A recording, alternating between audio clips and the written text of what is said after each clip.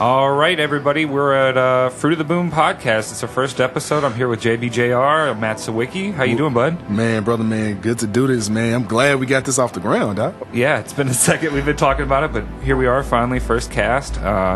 We got the homie Trifeckta's beats playing because we got the homie Trifeckta in the building. I may or may not be in the building. How you been doing, brother, man? Pretty good. Just laying low, building a little bit. Oh, shit. Hey, you in that dungeon. I feel you. Yeah, that's the best place. It's cozy in the dungeon, man. Oh, shit. Everything's there. You know where everything's at. You can eat where you want. You can spill stuff. You clean it up. Nobody's on your back. It's your dungeon. What are you going to do? Tell me now? Right. So the whole point of this podcast that Matt and I created was basically we had an idea because we actually do judging together at the Fresh Produce beat competition every first or second Wednesday, usually at the Atomic Cowboy in St. Louis, Missouri. So we've been doing this scene for quite some time, and we decided, we hear enough podcasts, and there's no shade to any like artists or anything like bands or anything like that, but it's a lot of shows catered to those types. Sure. But you never really hear like about the producer. You never hear about the DJ or the engineer, like the people behind the scenes, right? The people that make the music pop for that artist or for that band. Yeah. So you never really hear that. I wanted to go ahead and have more of an outlet, starting here in St. Louis, starting with people I really do fuck with. And one of the people that actually got me into like this whole scene is actually our guest Trifeckta. So he got me in the scene back in 2009. I've been in the beat competitions, and me and him together, all three of us as a matter of fact, at one point. Yeah. So, and we all ran through the gauntlet, beat each other, lost against each other, but we all got a great camaraderie. So it's just one of those things that I wanted to showcase that. Oh, yeah. That right there. Yeah, I love our scene locally. Anytime we do something with the producers, they come out, I don't remember there being any bad blood anywhere. Everybody's always looking to teach each other something different and bounce ideas off each other and just listen. Absolutely. Yeah, that's it's a healthy scene. Yeah. So yeah, we host or we don't host. Well, I host now. I started hosting Fresh Produce, but we also, it's a beat battle. We do it the first Wednesday every month. It's a tournament style bracket, 8 head-to-head, and we'll be featuring all the producers and cats that come through there on this show. So tune in the future and check out what we got coming. Most definitely. The next one will be in February, correct? Yeah, we'll be back February. I think it's like early February. Somewhere around it, yes. Maybe the first even. I'm not sure. Yeah, you win money and you win studio time and you win girls and shit. Yeah, admiration. You take off in a Camaro. Man. Doing burnouts. Yes. Right? What producer does not want in on that? Man. So, now Trifecta, my brother, man, I know you personally, and we straight homies, on and off the scene and shit. So, tell us a little bit about yourself, man. Like, what got you into this game of music production? Like, tell us about your early beginnings in it. Man, I used to go to Lindenwood back. I'm bad with what was it, about 99, 98, 2000. I don't know. It all runs together. But back when I was in college, I had some roommates. I was actually in school. I was doing like business management, education, had a track scholarship, pursuing basketball. Nice. And one of my roommates, a good friend of mine, Stacy Clayton, he was into music. He sang and he played piano for the church and for anybody really, and he had a Roland XP80. Nice. And one day he was messing with it, and he was messing with one of the kits, and it was the one from 112, that Cupid. And it was that simple boom. And I played with that shit for like a week. I was like, this is amazing. I could just make the same shit I just heard on the radio. It's crazy. Yeah. So I went through that whole phase of just like playing around, remaking stuff. I think that's an important phase too, you know? Yeah, it's learning, just kind of feeling your way around. Like once you really get off into, once you start touching the equipment and hearing the sounds and scrolling through and finding your way through it and remembering it for the next time and remembering to save because the last time you forgot to save and all of that shit. Like once you get into that, it's really fun. So I fell down that wormhole back then. And then as far as like beat battling. I got to a point after so many years of messing around and feeling my way through that I could make loops and kind of diversify how the loops would sound in different sequences. And I had my cousins, they would rap on stuff, and actually we used like an MTV music generator because we weren't serious. We were just messing with it because we could, like saving stuff on memory cards. Like we weren't bouncing nothing down in the studio. Go back, dude. Old PlayStation days. Yeah, we were just doing stuff because we got tired of playing the other PlayStation games, and this was some crazy shit. That's never the same too. You keep playing it different. Yeah. So we did that, and after a while, you get somebody, hey, I think I rap. You think you make beats. I think I rap. Maybe we should think about doing some shit. So we think about doing some shit, and then we eventually find somebody who had like a little recording set up in the closet or in the back room, and then we did that phase. And after a while, like you start making stuff and people putting projects around it and trying to do mixtapes and putting it out. And, sure.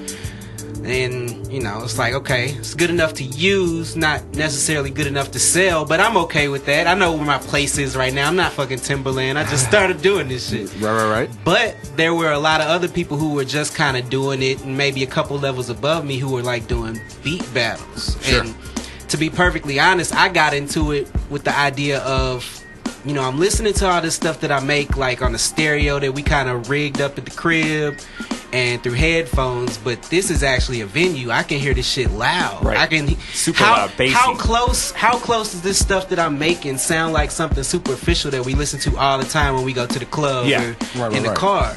Right. So we would do that. I'd lose first round easy. Yeah. Because I'm just doing loops and shit, But I'm looking at everybody else. I'm listening, seeing what they brought. Right. Getting to check out the competition, see who's doing what. Yeah, it was fun. That part of it was fun. Like, it was kind of competition, but I was really just all in with learning how it was supposed to work.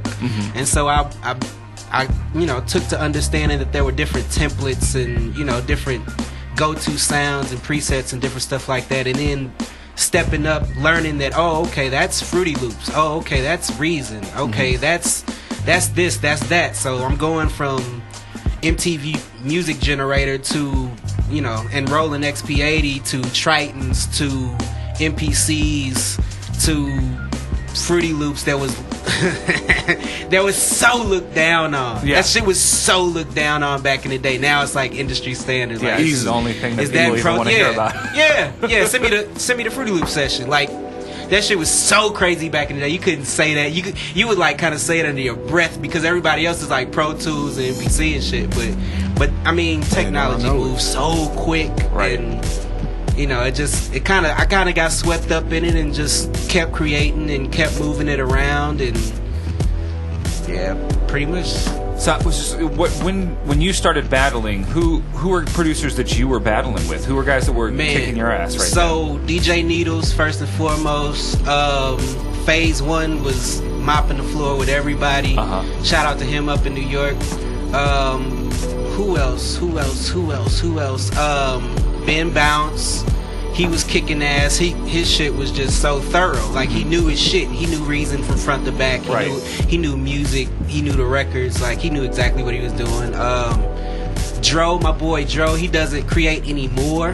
He makes money, and I'm not mad at that. Hey. But he was a beast. I still go to him every once in a while when I make something to let him hear it. If he's excited about it, I know I got something. Very nice.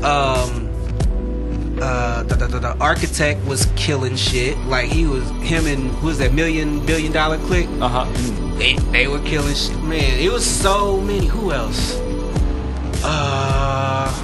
Where were you battling at in the city? Was battling at in the Duck Room.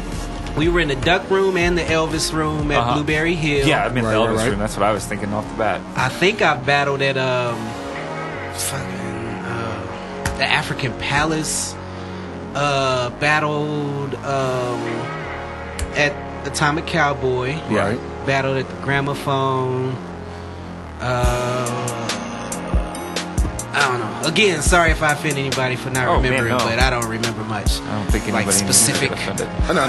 But yeah, we just anywhere somebody was holding one, I'd go. Yeah, I went up to Reggie's in Chicago, just nice. like to step out and see if I could do it, and I did it, and it was cool. I didn't win, but I was cool with that, just to get the chance and to learn and to hear, you know, just, it was mostly people from Chicago in the beat battle, so just to really see what they were on. Like, okay, this guy's got this and this guy's got that, or this guy's got the same shit that this guy had in St. Louis. That's what's up. We're all doing what we can do. Yeah, and it sounds amazing. It sounds young. It sounds fresh. It sounds doo-doo. It sounds like it's just everything, but just the fact that everybody was there and supporting each other and really learning from each other was like amazing. That's great. So you work in Reason, right? Yes. And you've worked in Reason how long now?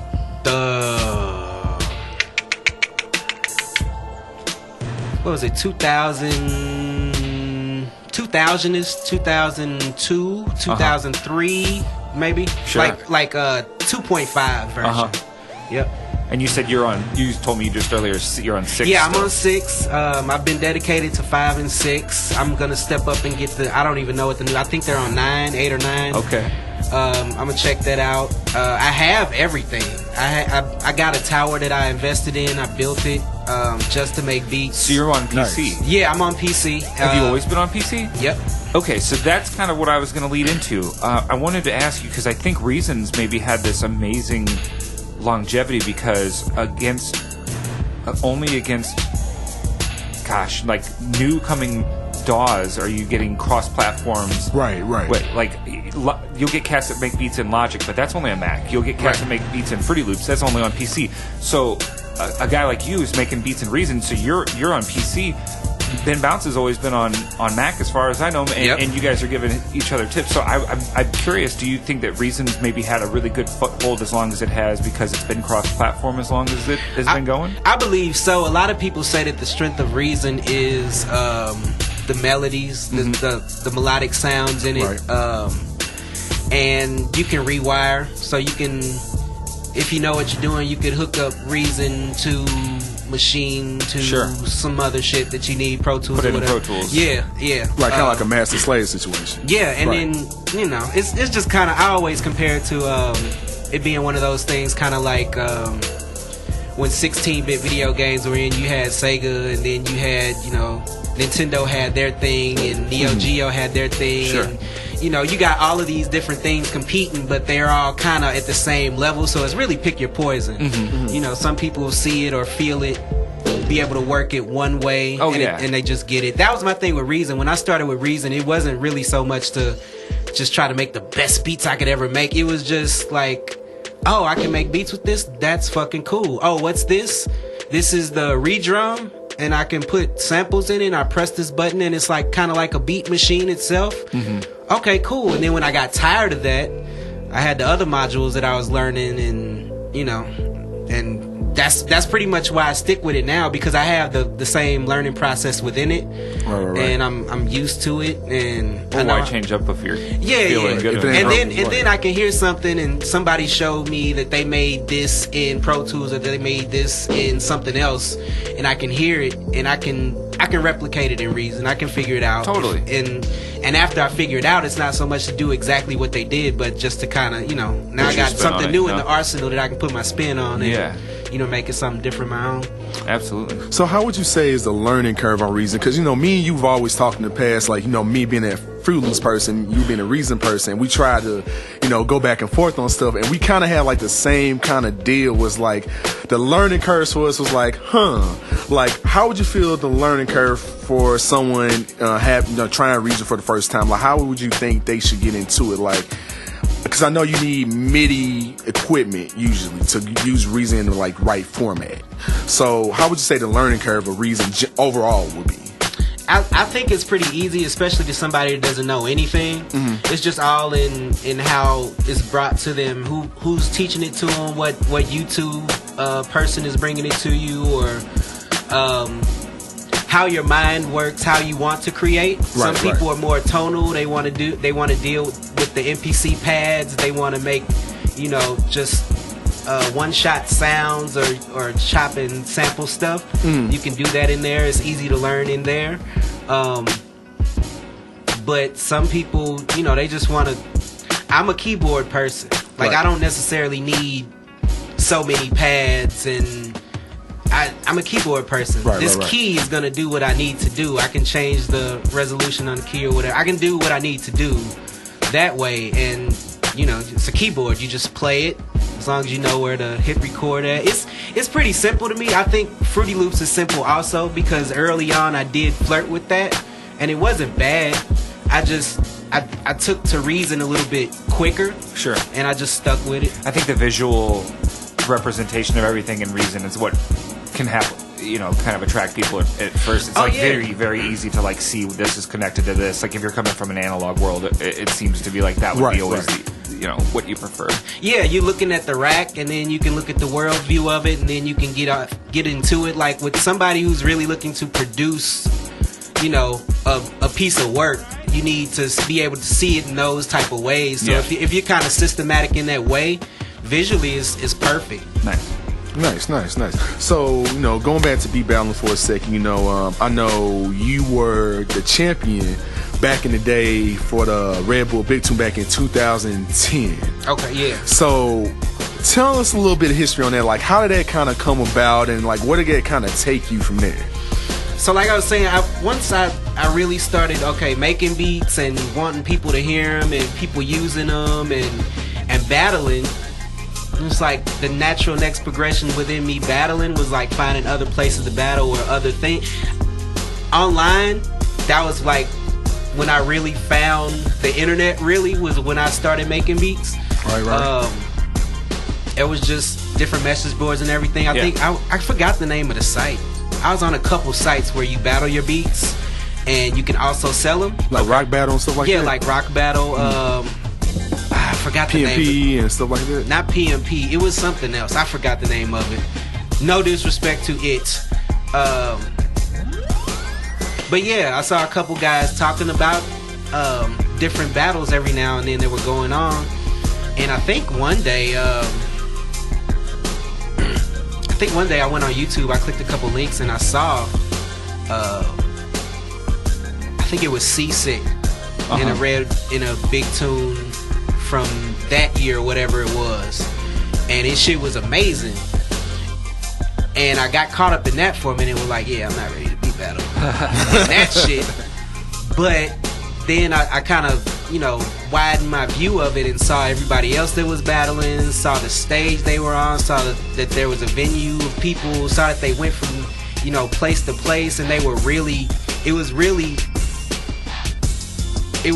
cultural. And I was like, well, shit, I need to be in there some type of way. Like, I don't necessarily have to battle, but this is where I need to head to now. So I started, paying attention to it and following, a lot of the guys that were in the past battles and seeing what they did with it afterwards. And, you win, you get top tier artists on the track. It's just one song, but you sitting there with a whole folder full of beats for somebody who's a top tier artist. Right. You could probably parlay that into something else, or, just anything. People were winning money, people were winning prizes. Yeah. And that was outside of like the Red Bull battle. So I'm like, okay, cool. Naturally, I'm gonna go see what that's about. And I kind of stuck with it and kept paying attention. And I can't remember, I'm not sure. I think it might have been solo. Somebody told me that they were coming to St. Louis, and that I think I wanted to be a part of it. And I was like, well, shit, yeah. I mean, if they'll have me. Right. And like, well, all you do is submit your stuff and hear the parameters, and they'll be choosing. And I was like, well, shit, cool, I'll do it. And then I was doing it, and then some other people locally that I knew of, they were hearing about it, and they were jumping into it. I was like, oh, okay, so I see the field now. Okay, it's us. Right. Cool. Yeah, let's fuck with it. Somebody from St. Louis or somebody from this region is going to be able to do something with it, and I'll be able to take that next step to have done that. So that's cool. That's awesome. Yep. And you went to that next step, like you ended up winning the regional here. Man, it was fun. It was fun. I felt like I kind of cheated to a certain extent, but it wasn't that I cheated. It was just the fact that there were so many people there that really followed what I was doing and were some way a part of what I was trying to do, or I was a part of what they were trying to do, and we all kind of banded together and supported each other. So that support translated in that type of setting, because the judges, beats would drop and it'd only be like 2 notes in and everybody go nuts, and the judges are looking at each other like, what the fuck? What's finna happen? Like, like, I remember when you played a government name, man, at the very end, everyone was like, oh, everybody started singing the lyrics of the whole song. Shout out to Rockwell Knuckles. You know, he's just like, damn. Yeah, everybody was like, okay. All the judges were like, all right. So y'all like that. That's what's up. That was crazy. That was a moment. I still didn't know how it was gonna go. You know, people still had to pick and had to judge. Right. M80, crazy. Who's the guy? Shit, I forget. But who you talking about? This guy from Chicago. I forgot his name. Like, he was the guy. Like, going into it, he was the guy. He was in line to go ahead. This was nothing. This was easy. Yeah. You know, easy work. Go into St. Louis right quick. Dust everybody off. Yeah. Go to Nationals or whatever. And he didn't make it as far as he thought. Oh, no. Who you lose against? It might have been Tech. I don't know. I think I know what you're talking about. I can't remember. It might have been Tech, or it might have been Jay Rose. Jay Rhodes from Dallas. Shout out to Jay Rhodes. It might have been him that knocked him out. I can't remember. Or it might have been who's my guy in KC? They call me Bo. Yeah, it might have been Bo. Shout out to Bo, man. But yeah, it was crazy. It was fun. Messed around and won. Walking off a stage and people not even letting you get off the stage good because they're, you know, congratulating you, and then, you know, you get led into a room where somebody interviewed you. Like, I'm not used to any of that type of shit. So that was pretty cool. It was like, I guess if somebody were to win like a playoff game or a Super Bowl or get a Grammy or some shit, like, for me not having done anything, like, that's how I felt. So that was pretty cool. And then after that, Red Bull rolled out the red carpet, and shout out to Red Bull. Like, they really went in. Like, they were really about that shit. They made sure we felt like somebody. That's like, we really did some shit. They put us in position, and we got to, you know, sit and talk to S1 and Just Blaze and DJ Premier and Jake One and a whole host of people that do this, like, have been certified as doing this the best that it can be done, and telling you how you can do it too. You're here, so of course you can do it. So here's some things that you can do to help do it. And that was just, it was overwhelming, because when I was there in Chicago, they put us up in a nice hotel, and I'm just feeling on another level, I'm sure. Feeling on another level, but at the same time feeling like, oh shit, all these people in this room can kill me. Oh, sure. You can enjoy their presence. I don't know. It was intimidating, but it was fun. Just hearing all this shit. I felt I was honored just to be there and be a part of it. That shit was amazing. That's killer, man. Man, so let me ask you a question, man, because I know you gave me tips and stuff in the past, man, just, you know, when I was coming up in the game, man, which I appreciate, you know, 100%. So if I could say, if you could give any kind of tips to anyone upcoming as far as just, like, knowing what they need to do to succeed, or, like, help improve their own craft or anything like that, like, just general stuff, or just words of wisdom that, you know, that my boy Trifeckta can give, like, what you normally give? Just keep creating. Hit save. Create, hit save. Yeah, back it up. Hard drives. Get you a terabyte. Get you fucking external. Get you internal. Get your Dropbox, SoundCloud. Like, make sure you got your stuff saved. And just create. Don't take it overly seriously up front. Just create. Store it. Go back to it. Tweak it. Let people hear it. Go back again, tweak it some more. Listen to lots of music, not just one genre. Don't box yourself in too early, because then it's tough to branch out later, because you've already trained yourself to think and do stuff a different way. Right.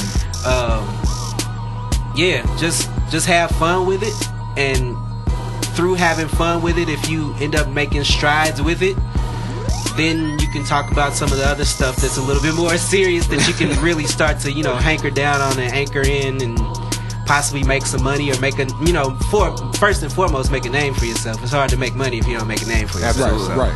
But that's all down the line. Just have fun with it.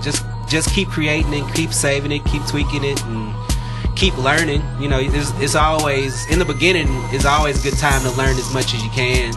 Right. Like I said, like me as a prime example, I touched a few things, but once I really settled in on Reason, it's hard for me to learn anything else. Sure. Like I can, but it's frustrating because it takes more time when you're learning.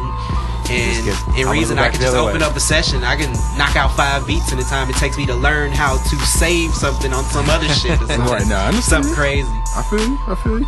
So let me ask you this: who are you working with? Like, who are you actually working with as of now? Maybe past or presently, or just future wise? Who you looking to work with?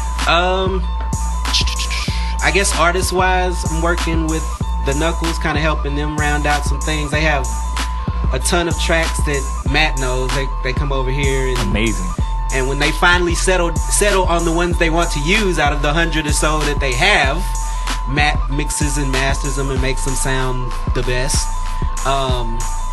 Yeah, kind of working with them. Not so much producing everything for them, but kind of being, I'll produce some things for them and kind of help build them, but more so just the overseeing like everything they got, just to be a person that they, respect enough to ask what you think about this, or just email me something and not say nothing because they expect me to listen to it and give them honest feedback, make or break. It's like I'm appreciative, so I definitely jump in and do it, and they got some good things bubbling. I just finished the whole project with Teresa Payne. Nice. Right. Yeah, Get My Heart Back. That was pretty cool. I'm really like an R&B. Like that was my base. That was, as far as my love for music, that was my base. Like I ride around with my mom. She's listening to Magic 108. Yeah. Right. Throwback. And if it's too late, The Quiet Storm. Hey, anybody that has a Magic 108 Scully, leave a comment or call these guys or contact me. I'm gonna try to get that from you. That and a Be There, not Be There too, but a Be There Scully. Like, hit me up. I like old St. Louis shit. And a Steamers Scully. Yeah, hit me up. Hey. I done already got off track. Teresa Payne, Yeah. Get My Heart Back. That's on iTunes and Spotify and everywhere. We did that through Soul Spasm, which was dope because I wasn't expecting anybody to pick it up. I was just thinking we just gonna do our own little thing and put it on SoundCloud and see what happens. The homie Vandalism, shout out to Van. He hit Teresa up and he had caught wind of some information from Soul Spasm, and they were like, we would actually like to get into the business of doing some stuff with some singers and R&B, diversifying other than just hip-hop and instrumental. Nice. We went ahead and, I guess, pioneered that. Hopefully more people will be doing that bigger and better than we did it. Right, shout out to Ben for that, man. Yeah, but it's out there. I just saw Thizzle the other day in the studio with the Knuckles. They got some stuff coming.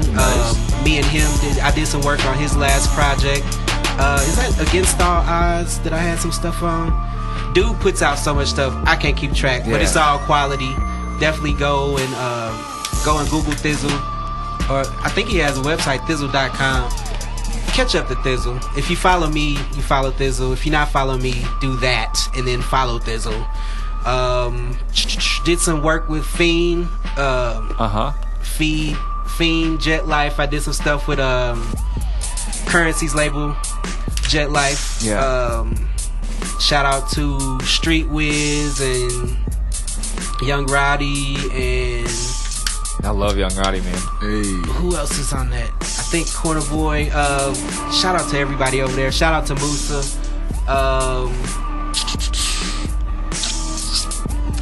Definitely did stuff with Rucka Puff. That was like one of the first artists here that really embraced me and wanted to do like whole projects or do as much as we could. That's cool. I remember Turkey Ham. Yeah, we came with that one. He's got some other stuff too. Yeah, you know, he definitely changed his name around, definitely on a different vibe now. Yeah, so shout out Zeus Zeus out here. Water. Yep. Still with the hustle. Like that's his hustle can be unmatched. Is unmatched too. Oh man, he's an OG man. He's like killing the scene in St. Louis 20 years straight. And it kills me because he pops up like in the middle of the map. And you get to see the pictures and the videos, and like they're embracing them in like Nebraska and shit. Like, that's wild. Yeah. Shout out to Zeus Waters, man. Yeah, he's definitely moving around the region, making some moves. Definitely did work with Tef. I mean, everybody that's pretty much connected to Tef and Rocky and Indiana Rome and Teresa. Yeah, I probably did something with them. Right. And that's no slight to anybody that I'm not naming. I'm just. It's just an easy thing to. It's hard to name everybody. I don't know. Maybe I think that's what I don't take myself like super seriously. So in that kind of leaves other people slighted that I have worked with, and I'm sorry about that. I'm trying to be better about it, but I'm just me. I like naming names. I'm in the dungeon. I eat chicken. I watch sports. Rest in peace, Craig Sager. He's like an uncle to me. Not because I know him personally, but because I watch a lot of basketball and I grew up with that man wearing them silly suits. Dude, everyone in his honor gotta wear a Kojic suit, dog. Just cause now. Yeah, I gotta go out tomorrow to a what is it? A upscale attire event or some shit. I don't know. I might wear something crazy to that. I don't know. But I don't like attention, so it's weird because I understand you be low-key. It's like that sounds like a great idea, but I'm not gonna do it. Dude, I understand. Y'all know you be low. I know the low key life. I understand. Dog. Yeah. It's get up, grind it, keep grinding it, throw it out, let it do what it's gonna do. Keep grinding, keep creating. But yeah, just if you're in St. Louis and I met you back in like 06, 07, we probably did a track. We might have did a track. Right. Shit, I did some stuff with 12 to 6. I did some stuff. Right. I did some stuff with hella people. I think I got so this one beat is crazy. Shout out to I think it was Just Time and Ray Goss. I think they had one on one of my beats and I really liked it, but I forgot the name of the song. I love that beat. Shouts out that song. Yeah. They'll let us know. Yeah. Please do. I missed that one. I don't know how I don't have it. Well, I think it was 2011. I had a hard drive die. Rest in peace to that hard drive. Oh, no. That had some shit on it. That's the worst. Yeah, and that's another thing too. That's why I say to the young up and coming, definitely hit save on your shit and then have different ways that you have it backed up. Because once that hard drive dies, you gotta pay an arm and a leg. You know? Yeah, that too. Just do that. Man, have like stuff like Google Drive and Dropbox set up on some just in case shit. I'm telling you. Somebody put a CD in my face the other day. It was a CD of something I put out a while ago, like a long time. I don't even remember what it was. I was like, that's probably got some shit on it. I'd have no clue what's on it. It's been so long, but yeah, definitely back up everything and record everything. You know, just keep working on it, keep experimenting and shit.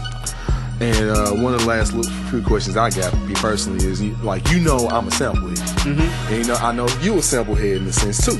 So let me ask you a question. I know we don't really reveal too many secrets about who we sample and shit like that, but if you had to say like a particular song or something that stood out to you, or a particular beat that you made that had like a really dope sample, no matter what genre it fit in, like what would you say is like one of your own personal favorites? I like my David Ruffin sample that I did like earlier this summer, and I finally got it close to what I want it to sound like now. And I was in the studio the other night, and I was just running through stuff because Rocky and Low hadn't heard nothing in a while. So I'm like, all right, let me run through some stuff. And I played that when I wasn't gonna play it, but I played it, and they loved it. But it was more so because the source song was so fucking good. Yeah. And that's my thing. Like I try to approach. I try not to disrespect the sample.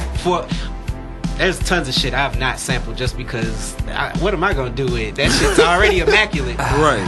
But it's some shit where it's like, okay, I'll play around with it. If I come up with something, maybe I'll throw it out there. But I did something too. It was cool. I forgot the exact slow dance. David Ruffin slow dance. Okay. And then like last week, I seen somebody post something on Instagram and they sampled David Ruffin slow dance. And they trapped it out though. Yeah. So it was interesting. It's a different feel. Yeah, it was a different feel. Like, right. But you could tell they did it just to say that they did it because it wasn't like super great. It was just like they did that shit though. It was cool because had you not ever heard that song sampled by anybody else, that shit was tight. But then you know how the sample go. You know how the sample game. Yeah, like y'all know. Like, yeah, you know. I mean, that's another thing too with the advent of the internet and everybody having access to each other, let alone different, different resources. Is just and using each other as a resource, pretty much. Right. Is that you're more than likely not gonna find too much that isn't already been put out, that's been distributed, that's not sampled. I mean, you gotta remember, like one of the first back in the major, day, right? Yeah, back in the day, one of the things it was like you can't sample that because such and such sampled that, but now it's like, yeah. I mean, if you flip it, like, I mean, how many times have we maybe heard "Funky Drummer"? Yeah, but I mean, James you can't Brown. just flip.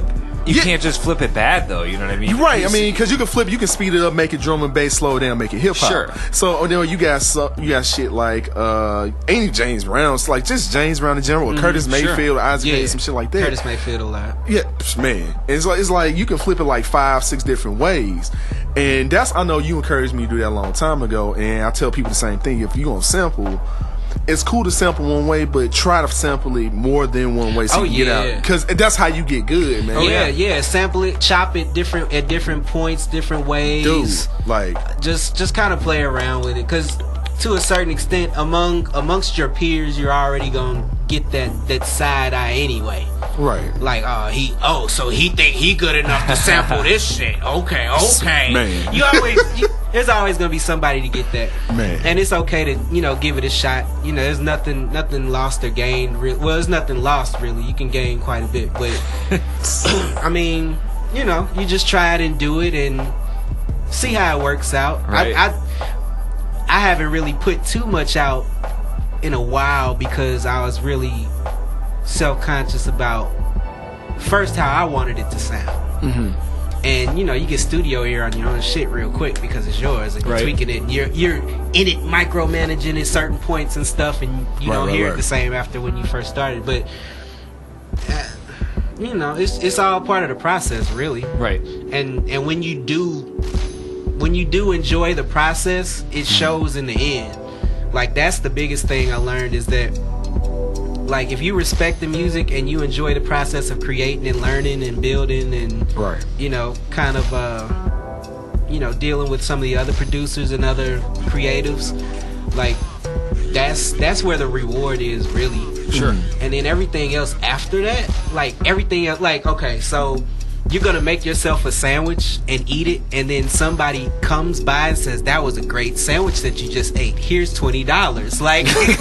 Like that's you didn't expect that. Right. And it's kind of the same thing with me and how I approach the music. It's like, yeah, it's not, nobody gonna get a beat for $20, but it's like I enjoy the process of finding the source song that I ended up sampling or coming across it and just listen to it over and over and over. And then chopping it the first time and trying to hurry up and make a beat and then fucking that up. And then going back, giving it some space and listening and going back and tearing it down, trying again, starting all fresh, and then eventually getting to the point where I do let somebody hear it and they're like, this is dope. This is crazy. And by that time you don't think it's that dope or that crazy because you've been playing with it so long. But just to get some positive feedback from that is for me, is the best. It feels like I achieved what I set out to do, because I want to make you feel something with the music. Like, I want it to physically make you dance. Yeah. I want it to, if it's a song or a beat or instrumental that's kind of deep and it makes you wander off and think, then more than likely when I was making it, that's how I felt about it. I have beats where I didn't put it, I might just chop the sample up and just That's it. No drums on top of it or anything. I just chopped and rearranged the sample and sequenced a certain way, and I just got lost in the loop of it. Yeah, man. And I let somebody else hear, and I'll be like, well, I'm not sure about that one because I don't know. I don't think I'm done with it. And they're like, no, this is done. This is done. I wanna rap all over it. Yeah. I always like that when I get somebody to tell me that, I'm like, okay, let me respect the right. It's, you know what I mean. There's a part of, if you're making it for that particular, and if it's going to be something that somebody's going to jump on, you just kind of got to respect when they say they think that it's cooked the right way. Yeah. Exactly, you really got to step back, and if you know them, you're comfortable with what they bring to the table and what they could possibly add to it, then you just go ahead and give it to them. Yeah. But me being me, I'm going to do that, and I'm going to go back and I'm going to make another version and get something else ready and do something a little bit different to it, and I'm going to keep working that sample. I've had samples that I've sampled the shit out of a song like 15 times. This was my version. Yeah, man.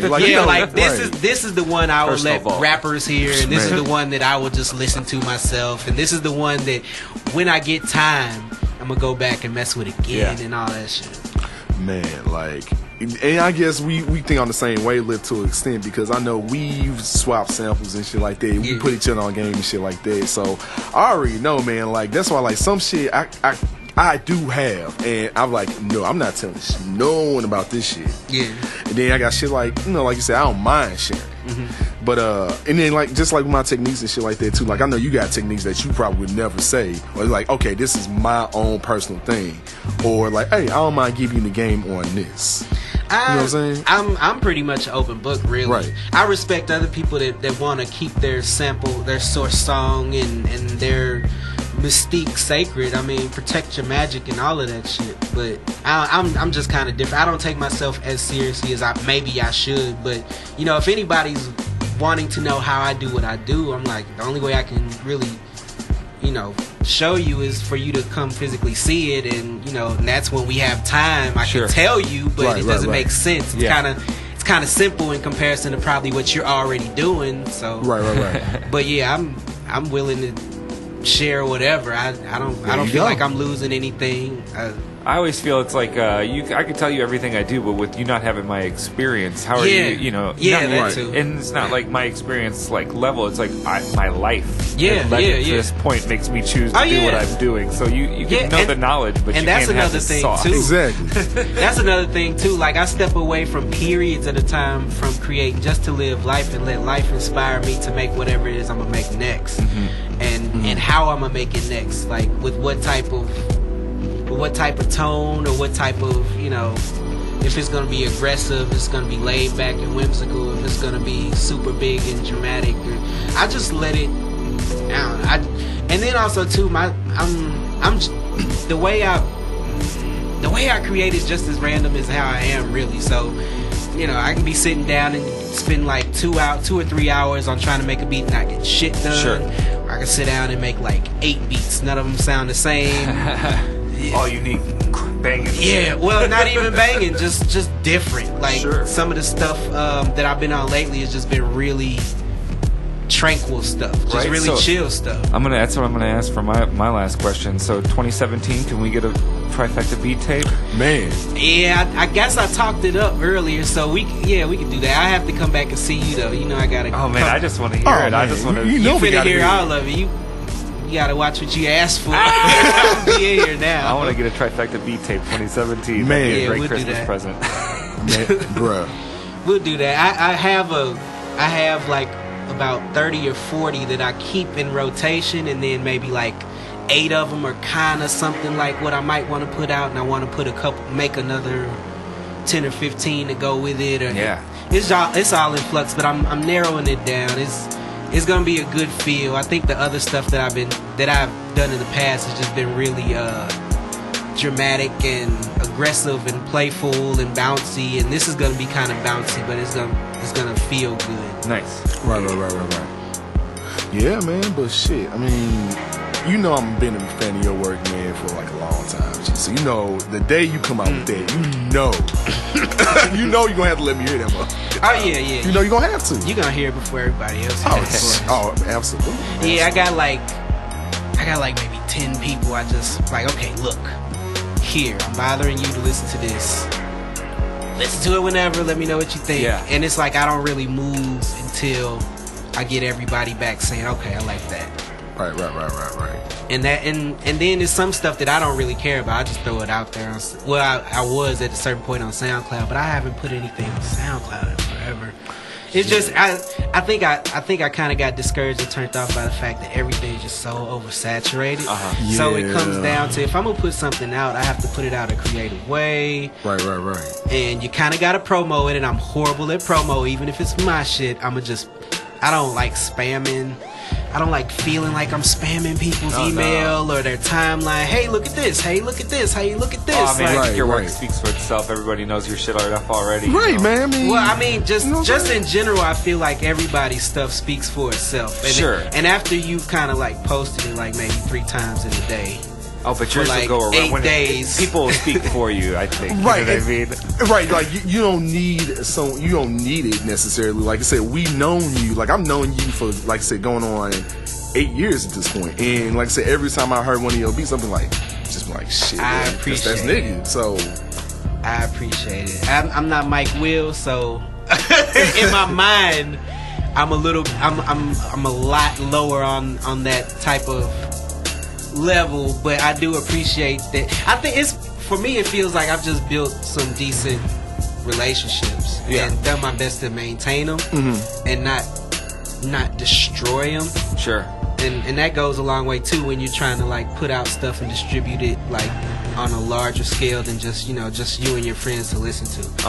And so that's another thing too. I know producers generally we get generalized as people who don't come out the house and don't communicate with people well and all of that shit. Right. And it might be true, it might not, but if you're hearing this, just do your best to be personable to people and be open to the fact that somebody is going to want your time and attention, right? And just be able to kind of figure out how you want to deal with that in the best way so that you can keep those relationships and maintain them and make them fruitful. I think that's the biggest thing. I do my best to get around, but I don't like coming out.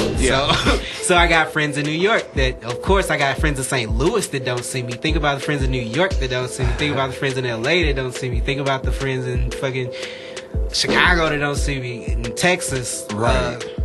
Shout out to Texas though. I got down there this summer. And I got to New York. I usually go to New York in the spring. I'll probably be up there again. I'm afraid of LA. Why you afraid of LA, dog? Because I know I'm not gonna come back. Oh. Yeah, everything that I know about LA is pretty cool, and I love St. Louis a lot, and part of me wants to make sure that whatever I can make it happen from here, even though it's almost impossible because you got to get out and move around and sure, right, and spend equal time, or a certain amount of time in other places. But I don't know. LA is definitely calling your name. Yeah, all I gotta say. Shout out to Trackstar and Camille. I'm gonna come out there. Yeah. I'll be out there. Hey, all I gotta say is you better get your. You heard about that? What's that Missouri ID rule with like flying and shit, like with the passports? It's like you gotta have to have a passport. Yeah, starting in 2018. So they're gonna get it together. I hope so, man. Like, they don't want us to leave. Nah, man. You know some shit. They don't want me to leave. Yeah, man. I'm like sorry. Got my. It's revenue. I feel them. Get your money. They know everybody in St. Louis trying to get out of here. Get your money, government. Whatever. Right, St. Louis. Get all you can, because when I go, I might not come back. Right. I wouldn't. Hey, wouldn't blame you. Shit. Man, but I think we pretty much have our time, man. We pretty much where we at. We need to be. We're going to cut it short right here. Okay. I think that wraps us up for the first episode of Fruit of the Boom. Fruit of the Boom. This is crazy. I'm honored. I appreciate y'all inviting me for the first one. Oh yeah, man. Thanks for coming, dude. You like one of the main niggas I fuck with, dog. Yeah. So of course, why would I not bring you on? I mean, come on, dude. Come on, we gotta have a local celebrity in on the very first one. I thought it was Lando Cal. I was like, okay, let's talk about shout out to Lando Cal. Check out JBJR's other podcast. Yeah, shout out to my other podcast and the Straight Out Lowcast Network, man. Check them out too, man, with my Black Geek shit all day. My cousin Javon, fool. Yeah, man. Shout out to Daryl. That's my dude. Man, Teddy. Javon speaks you up all the time, dog. Yeah, I That's just my seen nigga. him at Thanksgiving. He's talking to everybody head off. He got his plate and burnt out. Oh. In true form, though. In true form. Like, shit, he's a busy guy. Shit, he got a show tomorrow, I believe. This weekend, I'm not sure. But yeah, Class Clowns, that's popping too. Perfect. Check that out. Google it. I think it's Class with a K. I don't remember. Yeah, I think it is, yeah. So yeah, check out the homie. Yeah, I'm horrible man, at most definitely. promo. But yeah, Google Javon Bibbs and then go from there. You can find it. That's my cousin. He's funny as shit. Most definitely. Hey, so anywhere they can follow you on social media or try to contact you? If that's something that you're interested in doing, at your own risk, you can find me at Trifeckta on just about everything except for Facebook. It's TRIFECKTA. I know it's pretentious. It's like a whole bunch of letters and too many syllables for a name. I get it. Yeah, if you Google that, it's gonna try to correct it. Don't let it correct it. Just go with it. And you'll find me on Twitter talking random shit. And you'll see me on Instagram posting random shit. Oh, Maybe even a beat or two. I'm going to try to get better about that. When they first did like the little Insta snaps, I was going ham with it. Right. And then I was like, okay, I'm done. I'm bad at that. Like, I'll do stuff for like 2 weeks. And usually that's the shelf life. I just forget it. Like, I was on eggs and avocado real tough. And that shit fizzled out in like 2 weeks. And I'd had to check myself. I was like, dude, it's been 2 weeks. You tripping. Get back on it. So I've been back on it. Eggs and avocado. And we're learning, we're growing, you know. So if I learned anything from Trifecta tonight, it's eggs and avocado, save your shit, and embrace music from lots of places. Yeah. Hey, ain't no wrong with the beat. Yeah.